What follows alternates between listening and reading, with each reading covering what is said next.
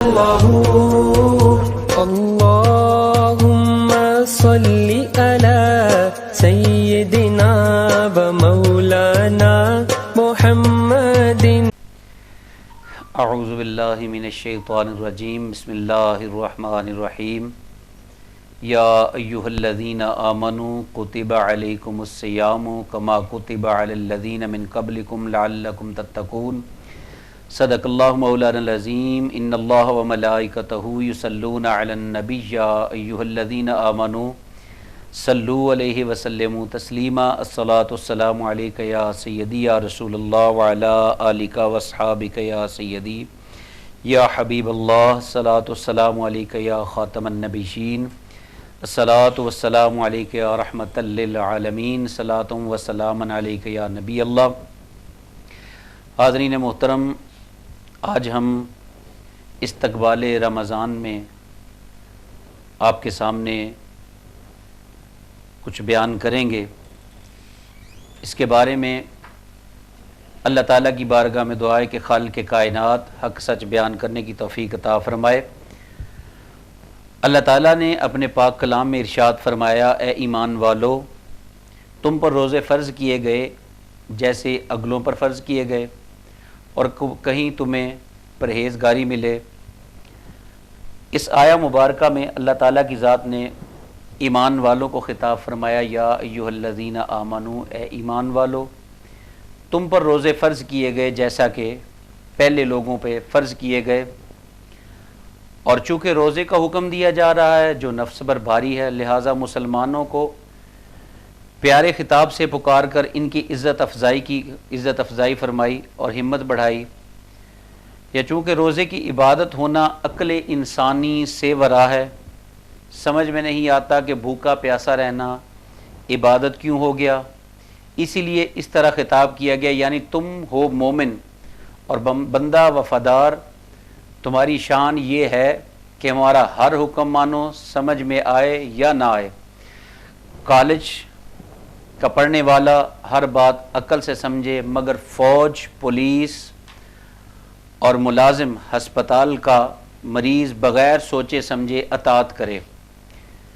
اس چیز سے ہمیں سمجھ یہ آ رہی ہے کہ اگر کالج یا یونیورسٹی میں پڑھنے والا ایک آدمی، ایک بچہ، ایک اسٹوڈنٹ، وہ عقل سے کام لیتا ہے، لیکن جو کسی کی تابعداری کرنے والا ہوتا ہے، ماننے والا ہوتا ہے، وہ عقل نہیں دیکھتا بلکہ حکم دیکھتا ہے کہ حکم کیا ہے. جب اس کو حکم کا پتہ چلتا ہے کہ یہ حکم ہے تو پھر وہ عقل سے کام نہیں لیتا، عقل سے باہر ہو جاتی ہے.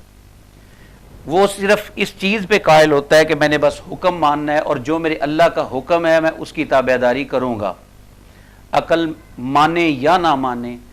اب روزے کا بھوکا رہنا، پیاسا رہنا، یہ عقل سے باہر والی بات ہے، لیکن انسان کے اوپر فرمایا گیا، حکم یہ دیا گیا کہ بندے روزہ رکھ، میری عبادت کر، اس کا اجر میں دنیا میں نہیں بلکہ قیامت والے دن تجھے عطا فرماؤں گا. اس کے بارے میں قرآن پاک میں بھی ہے اور حضور علیہ الصلوۃ والسلام آپ کا فرمان علی شان بھی ہے. اس میں بہت ساری حکمتیں ہیں. روزے میں فرمایا گیا کہ روزے میں 100 حکمتیں ہیں، اس لیے ہر قوم اس کو عبادت جانتی رہی اور جانتی ہے، اگرچہ طریقوں میں قدر اختلاف ہے. ہم کچھ حکمتیں بیان کرتے ہیں. روح عالم اجسام میں آنے سے پہلے کھانے پینے وغیرہ سے پاک اور صاف تھی، اس لیے گناہوں سے بھی محفوظ رہی. اور فرمایا اجزائے جسم کا بھی یہی حال تھا، مگر جب یہ دونوں ملے جسم اور روح کی وجہ سے غذاؤں کی حاجت مند ہوئے اور گناہوں میں مبتلا ہو گئے. ضرورت تھی کہ اب بھی ان کو کچھ روز ان کی مرغوب غذاؤں سے باز رکھا جائے تاکہ انہیں اپنی پہلی حالت یاد رہے اور پہلے کی طرح اب بھی گناہوں سے بچتے رہے. اس لیے فرمایا گیا کہ روح اور نفس دونوں دشمن ہیں، جس کا مقام جسم ہے، اور ان میں سے ایک کی قوت دوسرے کو ضعف کا سبب ہے. نفس جسمانی غذاؤں اور لذتوں سے قوی ہوتا ہے اور روح نیک اعمال ہے، یعنی کہ انسان کا جسم یہ لذتوں اور شہوتوں کا گھر ہے، اس میں ہر چیز کی لذت ہے، اور لیکن روح عالم ارواح سے آئی ہے، پاکیزہ ہے۔ جیسے جسم کی خوراک اللہ نے زمین میں رکھی، اس کی خوراک زمین میں پیدا کی، انسان کا جسم جب انسان دنیا سے جاتا ہے تو اس کی جو مقام ہے وہ اللہ نے رکھا زمین، کیونکہ یہ زمین سے پیدا کیا گیا، انسان مٹی سے بنایا گیا، تو لہٰذا انسان کا مقام ہے زمین اور ارواح کا مقام ہے عالم ارواح۔ تو روح عالم ارواح میں چلی جاتی ہے، مٹی جو ہوتی ہے وہ جہاں کی اٹھائی جاتی ہے وہاں پہ لگا دی جاتی ہے۔ تو اس لیے فرمایا گیا کہ زمین کا مقام، جسم کا مقام اور ہے، روح کا مقام اور ہے۔ اب ضرورت تھی کہ کچھ روز اس کو بھوکا رکھا جائے تاکہ نفس کمزور ہو۔ روزے میں بھوک اور پیاس کی تکلیف کا پتہ چلتا ہے، جس سے غذا اور پانی کی قدر ہوتی ہے اور انسان خدا کا شکر کرتا ہے۔ روزے سے بھوکوں پیاسوں پر مہربانی کا جذبہ پیدا ہوتا ہے کہ جیسے انسان کوئی غریب ہو، کوئی پیاسا ہو، کوئی بھوکا ہو، ہمیں اس کی شدت کا ایسے پتہ نہیں چلتا۔ جب سخت سرگرمی کے روزے ہوں تو پھر ہمیں پتہ چلتا ہے کہ دوسرا انسان کتنا پیاسا ہے۔ حضرت علی المرتضیٰ رضی اللہ تعالیٰ عنہ فرمایا کرتے تھے کہ سخت گرمی ہو اور اس میں روزے ہو، فرمایا وہ رکھنا مجھے سب سے زیادہ پسند ہے۔ آپ کا دوسرا قول ہے، فرمایا کہ سخت سردی ہو اور فجر کا وضو ہو، فرمایا مجھے ٹھنڈے پانی کے ساتھ وضو کرنا سب سے زیادہ پسند ہے۔ تو اسی طرح فرمایا گیا کہ یہ انسان کو پتہ چلتا ہے کہ جب انسان روزہ رکھتا ہے تو اسے پتہ چلتا ہے کہ کوئی بھوکا انسان ہے وہ بھوک کیسے برداشت کرتا ہوگا، کوئی پیاسا انسان ہے وہ اپنی پیاس کیسے برداشت کرتا ہوگا، اور کوئی حاجت مند ہے، اس میں فقراء کا خیال رکھا جاتا ہے۔ اور فرمایا کہ تم اپنی بھوک کو دیکھتے ہوئے اس فقیر کی بھوک کو یاد رکھو جو دوپہر میں گھومتا ہے، وہ رزق کے لیے تلاش کرتا گھومتا رہتا ہے، فقیر ہے، اس کو کھانے کے لیے کچھ نہیں ملتا۔ تو آپ کے گھروں میں آسائشیں موجود ہے، تو اللہ تعالیٰ کی ذات نے فرمایا کہ بندے تو روزے رکھ، میں نے تیرے اوپر روزے فرض کیے ہیں تاکہ تجھے بھوکے کی بھوک یاد رہے، پیاسے کی پیاس یاد رہے، تو اس چیز کو بھول نہ جائے کہ تیرا جسم اور تیری روح اللہ تعالیٰ نے کس لیے بنائے ہیں، تجھے ان چیزوں کا یاد رہے۔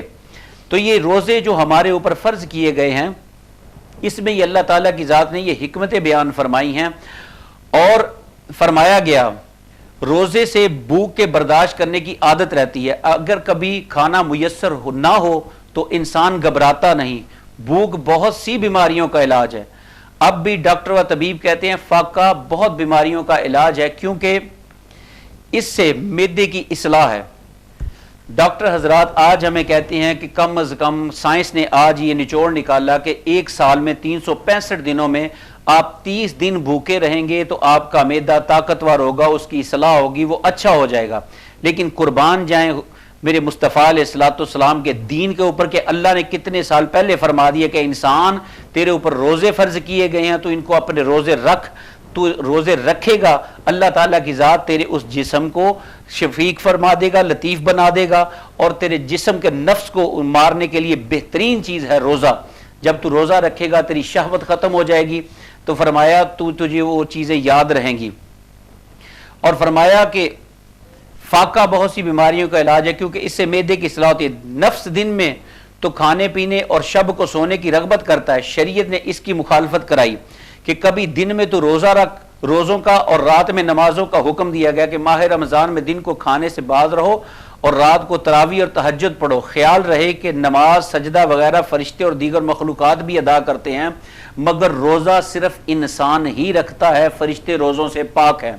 یہ صرف روزے انسان ہی کی عبادت ہے، فرشتے دوسری مخلوقات بلکہ غالباً جنات پر بھی روزے فرض نہیں۔ یہ انسانی خصوصیت ہے کہ اس لیے علیکم میں انسانوں سے خطاب ہوا، جیسے رب تعالیٰ فرماتا ہے حج صرف انسانوں پر ہی فرض ہے، اسی طرح روزے بھی انسانوں پر ہی فرض ہیں۔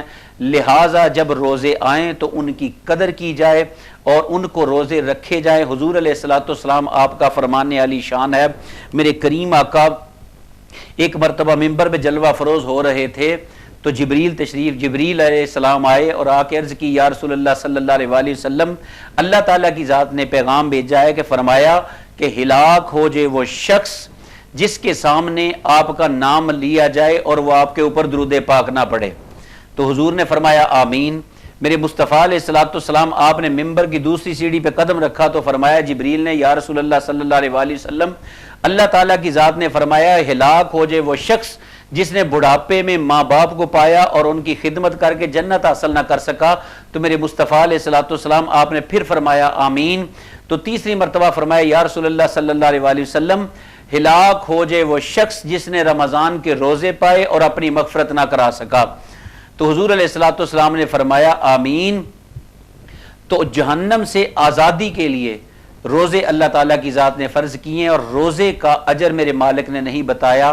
اور رمضان المبارک کی کیسی مبارک گھڑیاں ہیں کہ جب رمضان المبارک کا چاند نظر آتا ہے تو اللہ کی رحمتیں برسنے شروع ہو جاتی ہیں، اور ایک فرض کا ثواب 70 فرضوں کے برابر کر دیا جاتا ہے، کہ جیسے ہم رمضان میں ایک فرض ادا کریں گے، عام دنوں کی نمازوں میں ہم 70 فرض ادا کریں تو اللہ رمضان کی ایک نماز کا اتنا ثواب عطا فرماتا ہے۔ اور نماز تراویح آپ رات میں ادا کریں گے، اللہ تعالیٰ کی ذات اس کا ثواب عطا فرمائے گی، رات جاگنے کا، قیام کرنے کا اللہ ثواب عطا فرمائے گا۔ اور اس میں رزق بھی انسان کا بڑھا دیا جاتا ہے، انسان کا رزق بڑھا دیا جاتا ہے۔ فرمایا گناہ معاف کر دیے جاتے ہیں، صغیرہ گناہ معاف کر دیے جاتے ہیں، اور فرمایا کبیرہ گناہ اگر انسان کو روزہ رکھنے والا ہوگا تو اس کے کبیرہ گناہ معافی مانگے، توبہ کر لے تو میرا اللہ معاف کرنے والا ہے، لیکن فرمایا کہ اس کے کبیرہ گناہ بھی کم کر دیے جاتے ہیں تاکہ آئندہ و مزید عبادت کرے تو اللہ اس کے کبیرہ گناہ بھی معاف فرما دے۔ تو یہ رمضان المبارک کی برکتیں ہیں، یہ رحمتیں لوٹنے والا مہینہ ہے۔ اللہ تعالیٰ کی ذات ہمیں اس میں عبادت کرنے کی توفیق عطا فرمائے، اور اس میں قرآن کثرت سے پڑھا کرو۔ نبی کریم صلی اللہ علیہ وآلہ وسلم آپ اور آپ کے صحابہ اکرام کثرت سے قرآن پاک کی تلاوت کیا کرتے تاکہ قرآن پڑھا کرو، اور فرمایا قرآن پڑھتے ہوئے رویا کرو تاکہ تمہارے دل اس کے پڑھنے سے نرم ہو جائیں، اور فرمایا کہ قرآن اس طریقے سے محبت سے پڑھا کرو۔ حضور علیہ الصلوۃ والسلام آپ کا فرمان علی شان ہے کہ جو محبت سے قرآن پڑھتا ہے، فرمایا اللہ کے فرشتے اس کا قرآن سننے کے لیے آتے ہیں۔ تو لہٰذا اس مہینے میں کثرت سے عبادت کرو، نوافل ادا کرو۔ اللہ تعالی ہمیں سمجھنے کی توفیق عطا فرمائے۔ وآخر دعوانا ان الحمد للہ رب العالمین۔